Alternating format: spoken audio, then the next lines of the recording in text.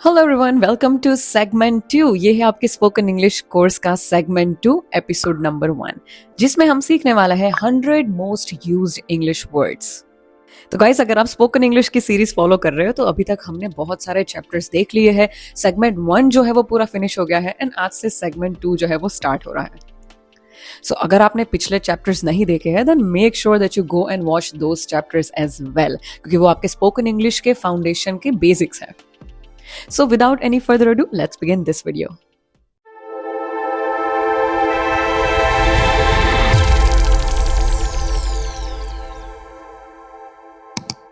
So guys, this video is all about vocabulary building. अभी आपने पिछले चैप्टर्स मेरे सारे देखे होंगे स्पोकन इंग्लिश के, तो आपको जैसे कि टेंसेस को किस तरह से यूज करना है ये सब कुछ तो आ गया होगा। अपनी सेल्फ इंट्रोडक्शन करना, टेंसेस किस तरह से कहाँ पे यूज करना है, तो भाई अब उसके लिए वोकेबुलरी भी चाहिए ना, शब्दकोश चाहिए अपने को कि वो शब्द उन टेंसेस में, उन वाक्य में लगा के अपने बोल सके। तो भाई ये जो चैप्टर है, आज का जो लेसन है, वो आपको 100 मोस्ट कॉमनली यूज्ड वर्ड्स जो है इंग्लिश के वो सिखाने वाला है। So guys, let's begin. So guys, these are small but powerful words. These are prepositions, pronouns, articles and auxiliary verbs. तो चलिए शुरुआत करते हैं pronouns से। Pronouns जो होते हैं वो ये है I, you, he, she, it, we, they, me, him, her, us, them. ये pronouns है। चलिए इन्हें एग्जाम्पल के द्वारा समझते हैं, इन्हें किस तरह से यूज करना चाहिए। जैसे कि for example, I like her, She helped me। इस तरह से वाक्य में इन प्रोनाउंस का यूज होता है। अब चलिए देखते हैं आर्टिकल्स एंड डिटर्मिनर्स। तो ये हो गए a, an, the, some, this, that.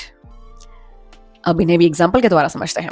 So for example, this is a book, that pen is mine. इस तरह से इनका यूज होता है। अब चलिए देखते हैं हेल्पिंग वर्ब्स। तो हेल्पिंग वर्ब्स जो है गाइस वो है is, am, are, was, were, be, been, being, do, does, did, have, has, had. अब इसे भी एग्जांपल में यूज करके देखते हैं। से for example, she has a car, I am learning. अब चलिए देखते हैं प्रेपोजिशंस। तो प्रेपोजिशंस हो गए guys in, on, at, by, for, from, with, about, to, of। इन्हें भी एग्जाम्पल में यूज करके देखते हैं।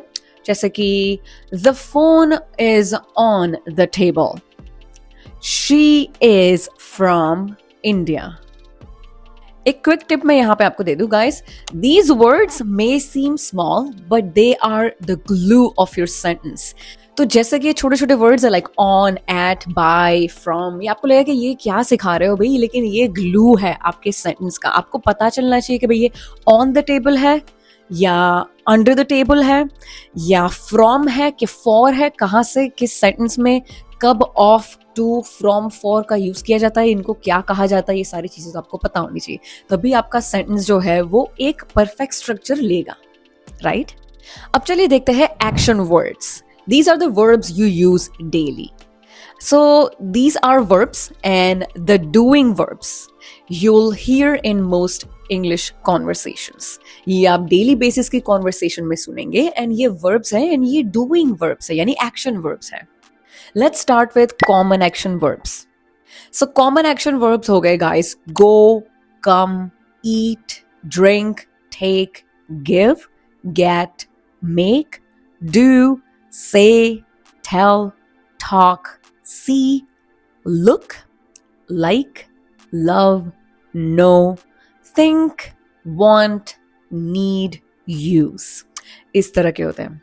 अब इन्हें भी एग्जाम्पल्स में लेके समझते हैं। I go to school, he wants to learn English, we need water, she said something। Guys, even if your grammar isn't perfect, these verbs will help you be understood।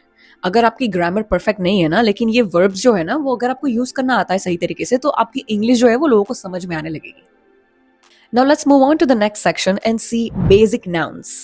So guys ये जो है ना वो common nouns हैं and you will hear and use them all the time. ये सारे दिन जैसे कि रूटीन इंग्लिश होती है, डेली इंग्लिश होती है, उसमें ये सारी चीजें बहुत ऑफ्टन यूज होती है।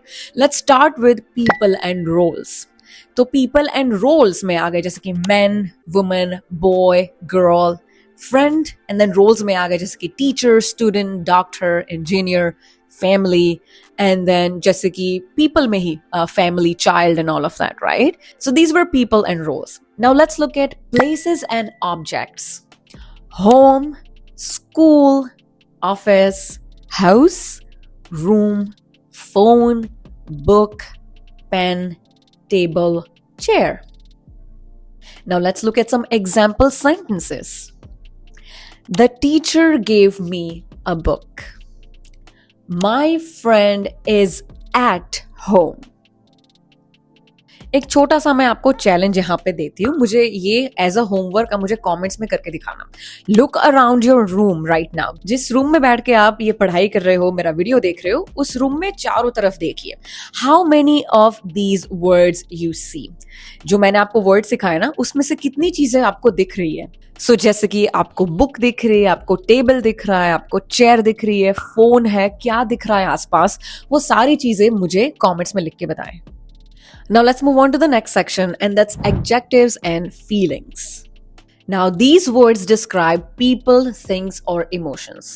अब जो हम सीखने वाला है वो है adjectives and feelings. ये people, things and emotions ये describe करने में help करते हैं। Let's start with common adjectives. Good, bad, big, small, happy, sad, tired, easy, hard, hot, cold, beautiful. अब इन्हें एग्जाम्पल्स में लेके समझते हैं। It is a beautiful day or it's a beautiful day. This exam is easy. I feel tired. देखा आपके emotions and जो चीजें आपको एक्सप्रेस करनी है कि भाई कोई चीज आपको सुंदर लगी, कोई चीज इजी लगी, कोई चीज हार्ड लगी, या आप थके हुए हो, आप बीमार हो, कुछ भी इस तरह से अगर आपको एक्सप्रेस करना हो तो इन वर्ड्स की जरूरियात होती है।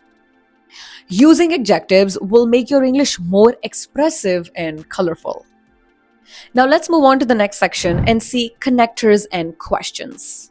These are liking words and question words that make your sentences flow and help you ask for information. ये जो वर्ड्स हम सीखने वाले हैं वो आपके क्वेश्चंस, आपके सेंटेंसेस जो होते हैं ना उसमें एक फ्लो डालते हैं, एंड कोई भी इंफॉर्मेशन अगर आपको पूछनी हो ना तो उसमें वो पूछने में मदद करते हैं। ये WH वाले जो वर्ड्स है वो हमने ऑलरेडी WH वाले सेक्शन में, चैप्टर में प्रीवियसली सीखे हैं, लेकिन हम दोबारा से यहाँ पे इनको ऐड करके रिपीट कर रहे हैं। So these question words are what, where, when, who, why, how. Now let's look at conjunctions and connectors. So these are and, but, or, because, so, if, then, also. अब इन्हें भी examples में समझते हैं। What is your name? I like coffee and tea. यहाँ पे दो चीजों को जोड़ने में हेल्प की एंड ने। वॉट इज योर नेम में एक इंफॉर्मेशन अपने पूछ रहे, किसी का नाम पूछ रहे हैं, तो उसमें वॉट ने हेल्प की। शी डिडंट और didn't come because she was sick. So यहाँ पे बिकॉज जो वर्ड है उसने हमें हेल्प की कारण बताने के लिए। Learning how to ask questions is just as important as answering them. किसी को किस तरह से, किस लहजे में सवाल पूछना है, कौन से वर्ड्स यूज करके सवाल पूछना है, ये उस क्वेश्चन के आंसर करने जितना ही इम्पोर्टेंट है। आपका सवाल अगर सही होगा, अगर आपको सही तरीके से सही सवाल पूछना आएगा, तभी वो सामने वाला बंदा सही तरीके से जवाब दे पाएगा। Let's move on to the next section, and that's speak with me. So sentence practice. So guys, let's speak together. Repeat after me. मेरे बाद आप repeat करोगे। I am going to the market. She has a big family. Do you want some tea? He is sitting on the chair. This book is very good. We are learning English with Shivi. I know that girl. It is cold today. What time is it? I need your help. Well done, guys. You just use more than 50 common words in 10 simple sentences. Now it's homework time. Homework तो आपको हर chapter में मिलेगा, जिस तरह से पहले के भी चैप्टर्स में, पहले के सेगमेंट के सारे चैप्टर्स में आपको होमवर्क में देती आई हूं, क्योंकि ये प्रैक्टिस करना आपके लिए जरूरी है. होमवर्क जो है वो आपको मुझे करके कमेंट्स में लिख के भेजना रहता है, ठीक है. So for this chapter create 5 sentences using at least 10 of the words from today's lesson. आज जितने भी शब्द अपने सीखे उसमें से 10 वर्ड्स जो है, 10 शब्द है, वो उठाइए एंड उसमें से 5 सेंटेंसेस, मिनिमम 5 सेंटेंसेस बना के मुझे कॉमेंट्स में लिख के भेजिए.